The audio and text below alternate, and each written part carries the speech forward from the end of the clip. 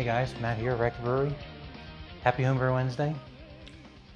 I got a lot going on this week, so I'm gonna have to actually break this up into two videos, I think, because I have a lot of footage. But for the Homebrew Wednesday, I think we're gonna keep this to just the couple of the changes that have happened this week in the brewery. First, I'm gonna go ahead and try this out. This is my chocolate cherry stout, or double chocolate cherry cream stout, I guess is what it kind of turned out to be. Really nice beer. It's not fully carbonated yet. I put it in this lovely Exit 12 glass. I love this glass. Works real well for a stout. It's not like a really deep stout. It's not like, it doesn't have a lot of roastiness to it, which is not what we were going for. A friend of mine wanted me to brew up a beer that was kind of like a beer version of a chocolate or a cordial cherry. You know, those little chocolate covered cherries. So I think we got pretty close. A little more time probably sitting in the kegerator. It'll be fully carved. But this was brewed a couple weeks ago, 2-3 weeks ago now, I think. Yeah, you definitely get a good cherry presence from that, a good chocolate aroma as well. Now I only added in the cherry puree. It was 3 pounds of cherry puree. I haven't added anything else. I do also have cherry flavoring that I could add to the keg if I felt like it needed a little bit of a boost. But so far the aroma's right there, so let's check it out now. Cheers.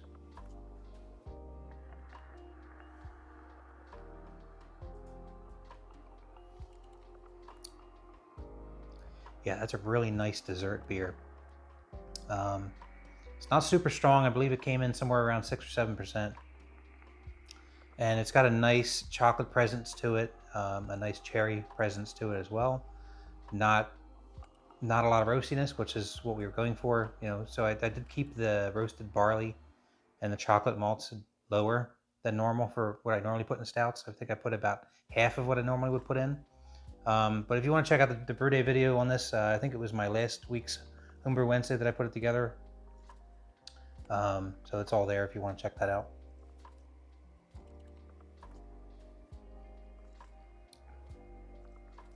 But yeah, that's turned out real nice.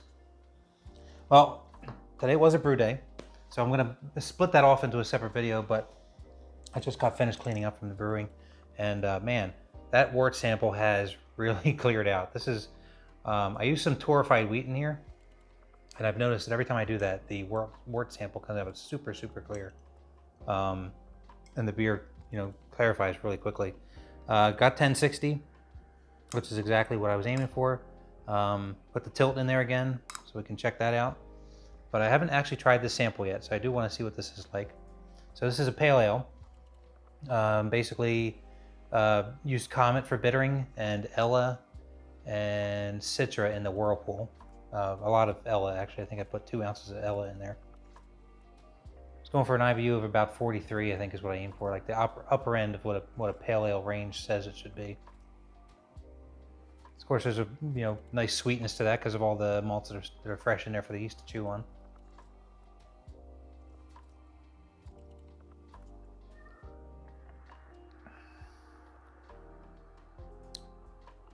It's real nice.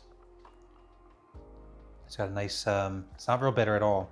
It's got that nice hop presence in there from all the Ella and Citra. Should be real interesting to see how this turns out.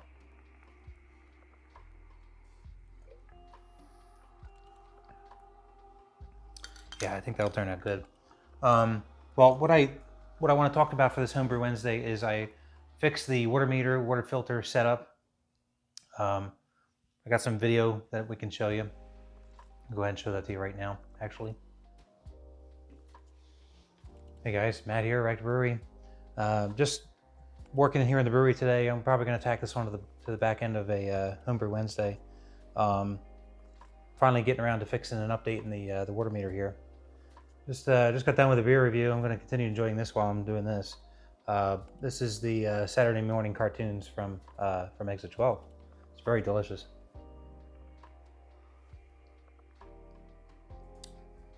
It's very nice. And if you want to check that out, I reviewed it on a separate video. But I want to show you guys what this was here and what I'm doing. So this is on the wall back here that works the water meter. And if you guys have seen this before, I know Wally does this. Tony Yates uses this device. I think others do something similar I've seen before on YouTube. there's a couple pieces to go with that meter. There's a couple of solenoids here that keep the measuring the water going through and open and close the valve. I believe this is the one that records, and this one here is the one that lets it in and out. Or maybe I have them reversed, but one of them does have a valve in there that will shut. And I learned the hard way, make sure these are in the right direction. They actually have an arrow pointing in the right direction, so make sure that you're going the way you want to go with the water flow. Otherwise, this valve won't work correctly. But on this side of the water filter, I just have a shut off. This helps me for two things. This helps me control the flow of the water going through. So I could shut it, close it slightly, and have the water, going through faster or slower as I see fit. Also, it's a sort of a safety. I can close it. So in case for some reason this stuff fails, when I'm done using it, I don't want any more water to come through it. I don't have to worry about that happening. These just plug straight into the meter, and then there's some fittings in there to come out to a quick disconnect so I can hook up just my normal tubing from this into a kettle. This side is the side I've been having issues with. So this is a garden hose, but I don't believe it's the actual garden hose threads. I believe it's just a 3/4 inch thread that's on there. And I put a nipple on this before, and it went to a splitter that I used to use right here that would just connect onto the end of there. They have two, this is what you would normally use for a sprinkler system outside. One of them just goes to my garden hose with the quick disconnect for the garden hose to bring the water in. And the other side was just a tube that I use for sort of a blow off, if you will, to relieve pressure, let out remaining water so I can disconnect the hose without spraying everywhere. Well, I got tired of that thing failing on me, so I'll clean all this up and do this for real, and I'll show you what that looks like at the end of this. But what I've done is I went out and bought a bunch of pieces from Brew Hardware. Let me get the camera closer so I can show you guys what I plan on doing here. I bought this is a 3/4 inch to 1/2 inch NPT adapter. So I just plan on with this going straight into the meter, or sorry, the filter. From there, we need a 1/2 inch to 1/2 inch nipple to adapt the next piece. From there, we're going to take the T. I'll thread the T on there. Okay, and so this is the same splitter idea that I was doing before, but now this time, what I'll have is another nipple on the end of this. Just put it down here for now so you can see it. And this will go out to a waste essentially. So I'll put a valve on that. So that would be the waste going out to bleed off the remaining air and water, so I can actually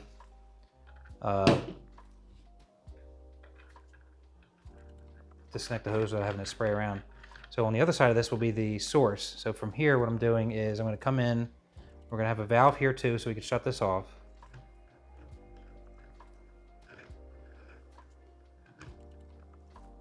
And then from the valve, I'm just going to I'm putting an elbow in because it is at the end of that is the garage door, so I don't want to hit the wall or the door, as I'm trying to fill it. So that's the rain hitting the door there. I don't know if you hear that. And then here's just sounds like it's really raining out there actually. Just a quick disconnect here for me because I've been adapting my hoses to quick disconnects. So what I'll do with this is I built this piece from all pieces from Brew Hardware. So I got the quick disconnect here that I normally do with all my hoses. It also has a reducer on it and a fitting for my garden hose. So my garden hose will come in and it'll just connect right on to here. And there's my coming in. So everything should work the way I want it to here. I could shut off the source right here at this valve, and I can disconnect my hose and then bleed off whatever here, so that when I do disconnect it, it won't spray everywhere. All stainless steel, all going to be fixated, all threaded, of course, with the Teflon tape. This has become a bit heavier now, but I think that'll be a lot more sturdy than what I have now. And actually, it's actually kind of evenly balanced now with the amount of hardware on it. So, and then this will just mount right to the wall. So, and I figure while I'm at it, I'm also going to replace the filter, so I'll do that too. And I'll just show you guys what I have there too, actually, while we're at it. So this is just, I bought this at Lowe's. This is the other one. I buy them in 2 packs and replace them every so often. Just a standard carbon whole home filter. What is this? It's a 3-month filter, 5 microns. So nothing super fancy, but enough to filter out any nonsense that might be coming in.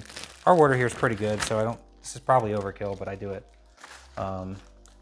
just for peace of mind. So that's what that looks like. And I'm just gonna take this all off of here because it's not really fixated on there.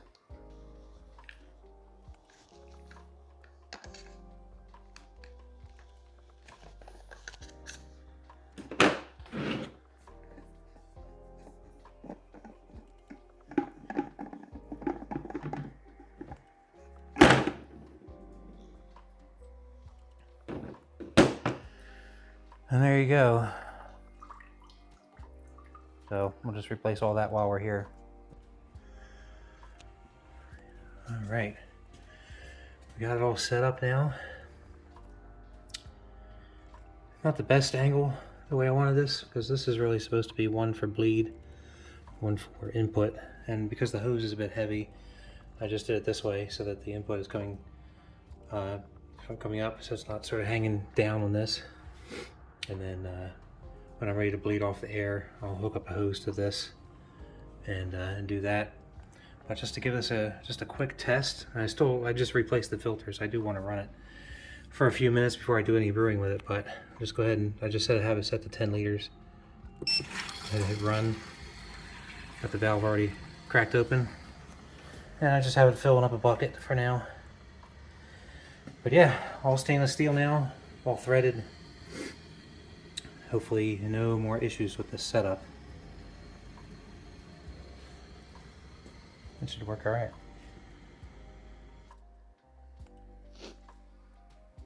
And then also, I picked this up. I've been looking for a easy way of cleaning out my kegs and my fermenters and things. Not so much the stainless fermenter, that's real easy to clean with a sponge, and it's just, it's essentially a bucket, so I could do it in the sink. But the kegs, though, for years I've been doing it the old school way of filling it up with water, shaking it, dumping it, rinse and repeat until it's clean. Putting the cleaner in there, same thing. And it's really time consuming, and it's just a lot of manual work. So I was wanting to build a keg cleaner, but Wally showed me this device. Comes from Kegland. Comes in I think this is like a 3-gallon or a 4-gallon bucket. And it's really nice. Let's see if I can get this on camera here. Basically what it is a submersible pump on a stand, and this just screws in here, and this shoots the water up into the keg, and it has a T fitting here with a couple of connectors, one for the gas port and one for the beer side. So everything connects up real nice, and it just cycles through here and cleans everything out real good. It did phenomenal. I got some video of that. I'll go ahead and show you. In fact, we'll go ahead and cut to that now as well. All right, just testing out a new keg washer. Something I've been meaning to build on my own, but this was a really good deal, so I couldn't turn it down. Basically, this is the Kegland Bucket Buster. Found it online, and yeah, it's pretty good. So far, so good. I'm just letting this run for probably 10 minutes. This is just some alkaline breweries washing there, just washing out the keg real nice. And then after maybe 10 minutes, I'll go ahead and do a rinse on it. And we'll see how this is. This was a pretty nasty keg. I just hadn't gotten around to cleaning. So let's see how it does. Wow, look at that. I don't think this keg has ever been that clean. That was, like I said, that was a pretty nasty keg.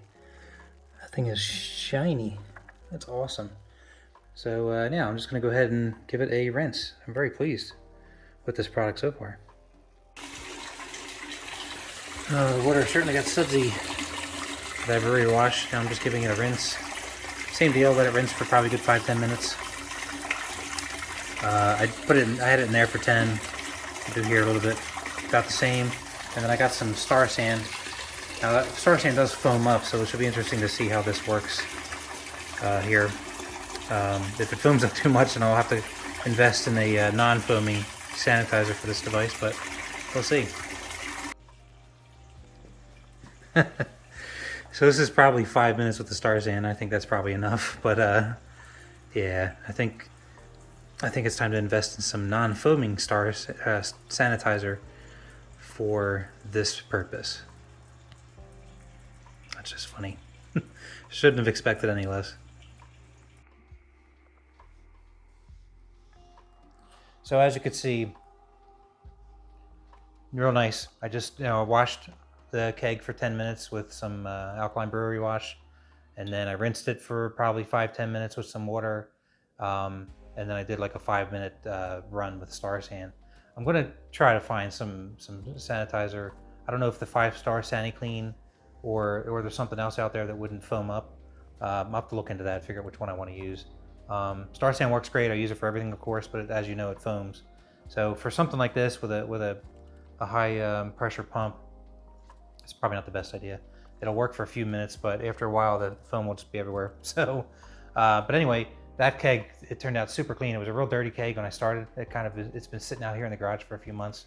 When I was done using it, I think I just rinsed it out real good, cleaned it as best I could, but it was still kind of nasty in there.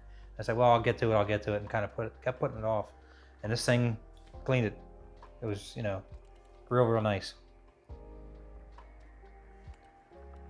So I love the whole set it and forget it stuff. So always looking for opportunities to automate things in the brewery, make things a little bit easier on you. Because it feels like, half of the fun, of course, is brewing, but the other half of it is cleaning. If not more than half is cleaning. So anything we could do to help with the cleaning side of things, the better. So, all right, well, I'm going to leave that here so this video is not crazy. I'm also going to be putting out a brew day video for the pale ale that I made. And go check that out. That'll be a separate video. But yeah, I think that's pretty much it. Oh, the blueberry sour. I think Dennis and I are calling it Tipsy Smurf. We've been kicking around some ideas. I don't know if we fully invested on that name yet, but it's been cold crashing for a day. Tomorrow we're going to move it into a keg. It'll be my third keg in my kegerator, so it'll max out my kegerator until I can make room for something else. So hopefully for the next week's Homebrew Wednesday, I'll be able to take a good sample of that, because it would have been, it's now cold crashed, still had been moved into the keg and on pressure for almost a week. So I look forward to trying a sample of that. But this has turned out real good. This is nice. Hopefully it's exactly what my buddy was looking for in a beer. It's definitely one of the more interesting stouts I've made. But yeah, I hope everybody has had a really good, happy Homebrew Wednesday.